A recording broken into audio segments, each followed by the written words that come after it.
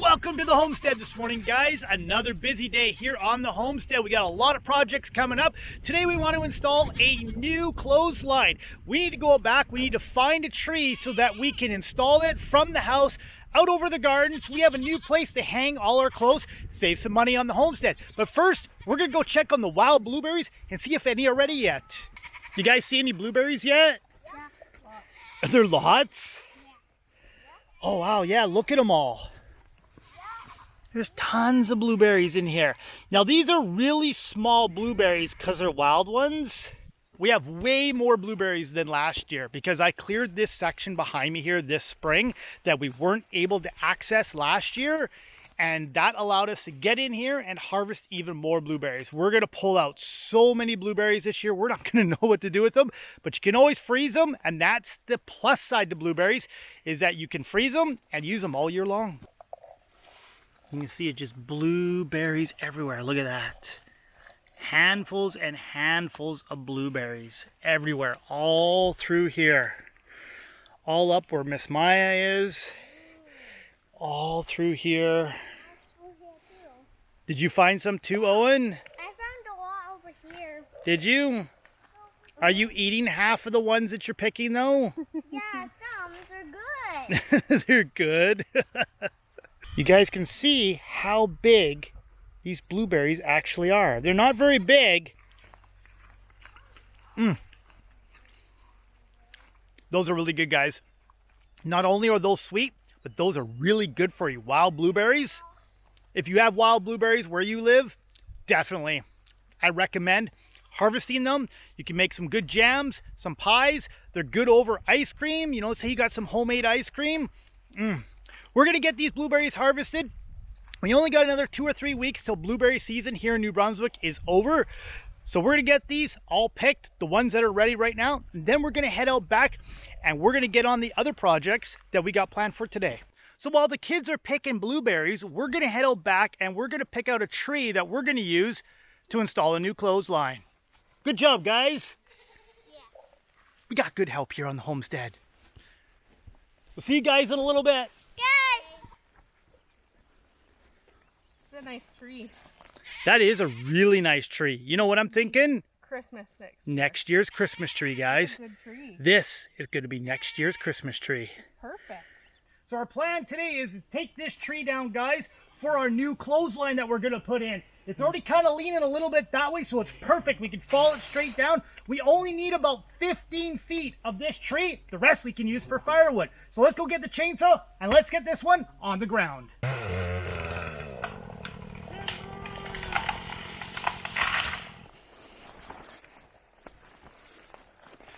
Well, we got the tree cut. It's cut to length. We got it across the creek. But now we got to get it on the trailer and up the hill back to the homestead while avoiding these giant anthills here because they bite. I just got stung by one and it's not very fun. So we got to get this on the trailer. What are we, about 17 feet here? Yeah, it's about 17 feet. Are the bugs bothering you? There's like a lot of flies today and it's really humid and I got stung by an ant and I want to go home. They're poo flies. Yeah, they're deer flies and they bite. It's not nice.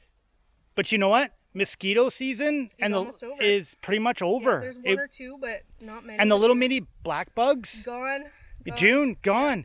Yeah. I mean, it's the middle of July and there's relatively no bugs. This time last year, we had to be in full bug suits to be out here. So it's definitely a win. I'm not saying I like the deer flies or anything, but I'll take that over mosquitoes and little black bugs. But the humidity. It's really bad today. Like when it's 24 degrees Celsius, it feels like 36 here. Yeah, like I feel like I just got out of a hot shower. Like I feel like I'm wet and I'm just outside. I see. Yeah, but let's get this tree on the trailer so we can get it up without getting stung by any more ants. Sounds good.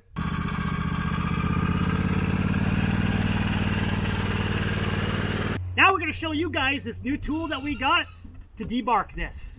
So we're going to put this log onto some sawhorses so that we got a nice flat surface to work with. But we picked up this 8-inch log shaver, guys. We got this at Princess Auto. I think it was $24.99 plus tax. And you're going to take this, here's the blade, take the cover off, and you can see the beveled edge here. We're going to hold it like this, and we're gonna shave. We're gonna shave all this bark off. See how, like that? And we're gonna just shave it off. So get this on the sawhorse. We're gonna get all this bark shaved off, and our plan is to take some stain and stain the outside of the wood to make this last longer so the tree doesn't rot over the next 10, 15 years. We're gonna put it into the ground with some concrete. We're gonna attach our clothesline to it and then attach our clothesline to the house, and we'll have ourselves a nice clothesline so that we can save some money and not run that dryer inside anymore.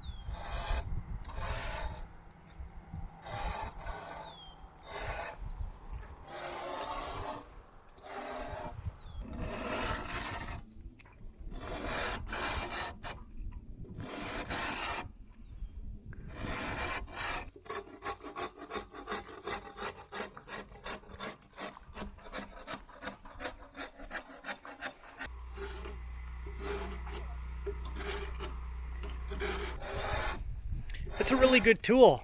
It's actually really good. It's a lot faster than I thought it would be. I thought it would be really hard to use and just take little bits, but it does a really good job. This will take no time to shave all the bark off. Yeah, it's gonna take no time at all. My goats are enjoying the peelings. The leftovers? Yeah.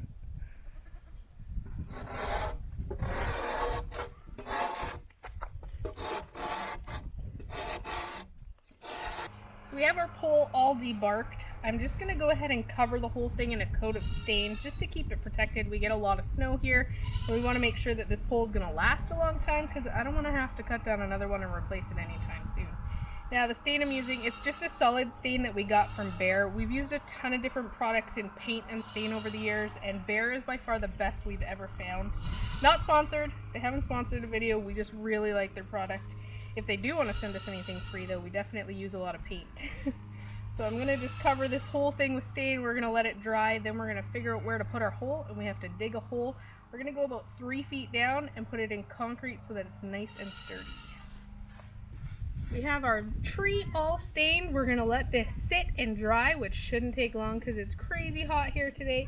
We're going to head over to the area where we're installing this, and we're going to stretch out online and measure it so that we know where we can put it. We have about 75 feet worth of cable to work with. So we just want to make sure that we get it in the exact spot. We're going to head on over and show you guys how we install a clothesline. So the plan is to run the clothesline from the top of the left side of the door there. Our washer's just inside there. So you can come out with the laundry basket onto the little platform there. And the line's going to come right over the gardens here. So the line's not going to be blocking anything. We've got about 75 feet to work with. So that'll be perfect. It's going to come right out to the corner of the property here. This clothesline is going to save us hundreds of dollars. We even noticed some of our neighbors have a clothesline up when it's minus 20 outside. I don't think I'm going to be hanging my laundry out when it's minus 20. You guys have seen in other videos, we have a clothesline in our living room, right where the fireplace is. It runs right across over the fireplace. So in the wintertime, we can hang our clothes up over the fireplace because that fireplace makes that room about 30 degrees Celsius. And within a couple hours, the clothes are all nice and dry. And we don't have to use the dryer. We do have the dryer as a backup for like bulky sheets and stuff that take a really long time to dry, but we don't use it too often. And having the clothesline outside here in the summertime is going to save us even more money, guys, because right now we have to use the dryer. In the summertime, we have wind, we have heat. Why not take advantage of it? So we got our hole dug. We went down about 3 feet. We figured that'll be deep enough. Now we just got to get it in the hole. We're going to put some concrete in. We're going to backfill the rest with dirt and the grass. And then we're going to go ahead and run the line. We're about 67 feet from the house to the corner here. And our line allows for 75 feet. It's a total of 150 feet, but 75 feet doubled up. So I think we should be okay. So let's get this pole in the ground. Let's get some concrete poured. So we got our pole in the ground. We've added the concrete. We've put some braces around the side of it. We made sure it was level. Now guys, we just need to let this set up overnight. We're gonna let this sit for about 24 hours. So we've let our concrete set up for 24 hours. We're gonna go ahead, we're gonna remove our braces, and we're gonna start to install the new line. So we installed the hook. Now you wanna make sure when you're installing the hook that you don't just go in the middle of a wall. There's no stud there, guys. I went close to the door here. I know there's a door frame here. I know there's gonna be a stud, and this you could pretty much hang off of. It's going to be so tight. Now we're going to go ahead, we're going to hook up the reel, and we're going to run the line all the way to where the pole is. And we've installed the hook at the other end, guys. How's it going down there? I need to pull this tight. Okay, so now we got to go back to the house and we need to pull this tight and cinch it up. What happened? The cable is tangled. Is that because you took it out of the box and just held the end of it and threw the rest of it on the ground and it got all tangled on you? I'm not sure what happened. Yeah, that didn't happen, did it? I think it came tangled from the factory. It did? I think so. I think we should complain. No, that's okay. I'll just untangle it. So we're back at the house now, and what we've done is we ran the top and the bottom through this tensioner. You can see Amanda's holding it there. And now what she's going to do is she's just going to turn that. It clicks. It's going to be really tight. And you're going to have to turn that. It'll click. It'll lock just like that. And it'll pull it tight. I think that's about as tight as she's going to go. And then we're just going to trim these ends a little bit. And that's it. Good job. So it's gone from the corner of the house up, over. I don't know if you guys can see it. It goes way out to the pole out there. And it goes over the garden. And you got lots of room. You can see the line right here underneath me. Right there. So you got lots of room to walk underneath it. Even when there's laundry on it and it sags a little bit. Yeah, It'll be fine, yeah. Looks pretty good. We'll get up Right there, where we we'll want it. tighten it up just a little bit more. Yeah, if you could turn it maybe one more click. As it stretches over time, Yeah, it's with the there heat, so you can tighten it more. the heat, the cold, exactly. We'll have we to are going to trim these. Yes, well, you have to trim We those. don't need this much line. No, we don't. But that actually worked out pretty good. We only have a little bit of extra line left. Not bad. So our distance was pretty much spot on. Yep, it was a good, pretty good guess, I think. Yes. For a pole placement, not bad. Let's get this project finished and let's get some laundry on the line All right, I and need see how some it works. cutters. Sounds good.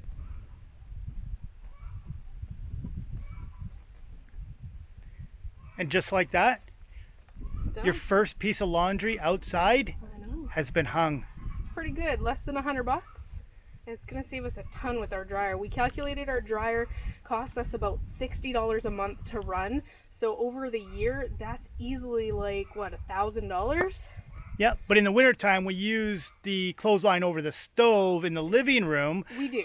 So we don't use it that much in the wintertime, but in the summertime, you can't light a fire to dry your clothes in the It house. would be way too hot to have a fire lit in the summer, but this is going to be perfect because now we don't have to use our dryer and we can just hang everything outside. Because here, it's windy most of the time. It is, and this is a perfect spot for it because there's a nice cross breeze that comes through the fields. Everything should be dry in no time. And just like that, guys, the clothesline is installed. It actually didn't take us that long to install. This, like Amanda said, is going to save us thousands of dollars in the years to come. It's time to go check on the eggs, see how many eggs we got today, do a count, check on the goats, and do everybody's water. I just wanted to quickly show you guys our last batch of chicks we hatched out. These guys are about 5.5 weeks old now. We have 4 of them out here, and we've moved their brooder from the inside to the outside because, as you can see, they now have all their big feathers. So they're just doing their growing out here before we move them into the big brooder box and then eventually into the coop. They're definitely getting big, and I think we got lucky and got 4 hens this round. You guys remember the 2 chickens that we hatched out at the beginning of June, and as well as the Easter eggers and olive eggers that we got from a local farmer here in New Brunswick. They're actually big enough now that we've moved them into the big coop. If you want to have a look just through the door, you can see how big they are. And these are 8 of the 11 chicks that we had in the brooder. 3 of them are still on the smaller side, and I have a feeling that they're crossed with bantams, so I'm going to let them grow a bit more before we put them in here. You can see by looking at them, we do have a couple roosters. We haven't decided which ones we're going to be keeping yet, as we do need to keep a couple roosters. With our growing flock, it would just be too many hens for our current rooster, Jane, to handle on his own. These birds are growing up really well, and I'm super happy with the colors and sizes of them, and I think we're going to get a lot of great colored eggs from these chickens. While we're in the coop, we're going to do an egg collection for today. We haven't checked on them yet. We still have 2 girls that are somewhat broody, so I'm going to kick them out of the box, see if by chance there's anything under them, and then collect the rest of the eggs. As I suspected, there's still 2 chickens in the boxes. I'm gonna just gently nudge them so they go outside. Oh, she actually has an egg under her today. Come on. And she's gonna be mad at me. There's 1 egg. Let's ask this lady to leave nicely. Excuse me. She doesn't have anything under her, but I do see some more over here. So we got 2 eggs there. 1 here. 1 here.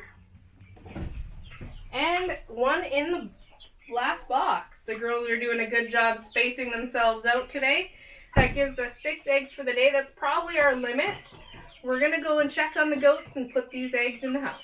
I'm going to give the girls a little bit of an afternoon snack today. We don't give them a lot of grain, but once in a while I like to come in here and spend some time with them and give them some grain and just hang out with them. They're getting so big. Nova, her horns are the size of a full-grown goat now, so you gotta watch out for those, but she's still super friendly. And of course, the twins still don't like people, but you can bribe them with food, as usual. The way to any animal's heart is food. And they still fight.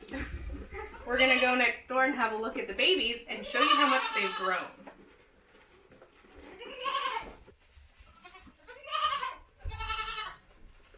Here you go, girls. Hello, babies. Hi, guys. Hi, Oreo. The boys are growing so fast. You can see how big Mr. Oreo is here.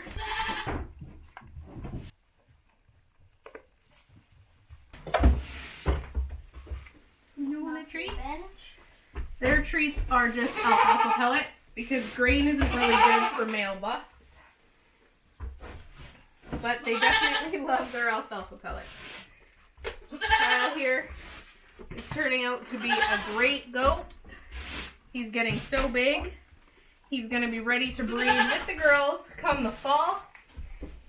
And we're hoping next spring we're going to get some cute little goats on the farm so that we can play with them. And then we'll be able to get milk from the girls.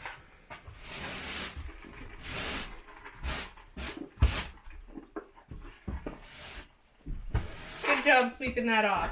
Yep. The boys are very messy. They're like little kids. They make a mess every day in their stall. So we have to make sure that it's always cleaned up. And the kids are really good at helping about that. Everybody loves to play with the baby goats. Thanks so much for hanging out with us today, guys, as we installed our Amish style clothesline. If you're new to the channel, make sure you subscribe. Turn on the bell notification so that you get notified every time we post a new video. We'll see you guys in the next one. As always, thanks for watching.